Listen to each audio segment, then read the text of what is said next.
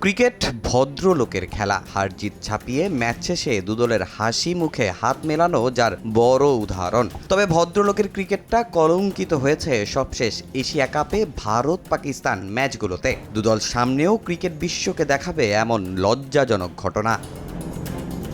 Men's Asia কাপের race ধরে নারী ওয়ানডে বিশ্বকাপ, এমনকি যুবাদের অনূর্ধ্ব ১৯ এশিয়া কাপেও একই ঘটনা ঘটিয়েছে ভারত পাকিস্তান। যদিও এর শুরুটা করেছে ভারতীয়রাই। পাকিস্তানের দাবি দুদেশের সম্পর্ক যেমনই হোক, কখনোই হাত মেলানো নিয়ে কোনো সমস্যা ছিল না তাদের। সামনে আবার টি-20 বিশ্বকাপ, একই গ্রুপে দুই দল। 15 ফেব্রুয়ারি প্রেমাদাসায় গ্রুপ পর্বের ম্যাচে মুখোমুখি হবে ভারত পাকিস্তান। এবার অবশ্য পিসিবি আগে থেকেই জানিয়ে দিল তাদের অবস্থান।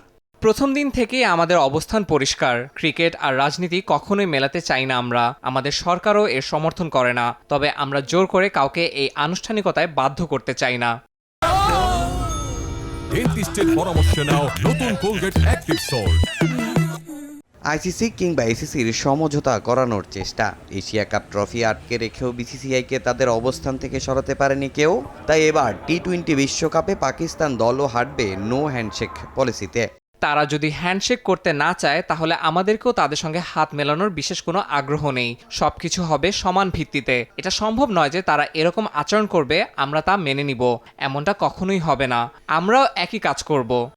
পেহেলগাম হামলার পর অপারেশন সিঁদুর, ভারত পাকিস্তানের সম্পর্ক এখন সাপে নেউলে। তবে তাদের এই রেষারেষিতে বরাবরই প্রশ্নের মুখে পড়েছে আইসিসি। এই দুই দেশের কারণে অনেকবার নিয়ম পরিবর্তন করতে হয়েছে বিশ্ব ক্রিকেট নিয়ন্ত্রক সংস্থাকে। আইসিসি ইভেন্টের ভেন্যুও পরিবর্তন হয়েছে একাধিকবার। তামিম হোসেন, সময় সংবাদ।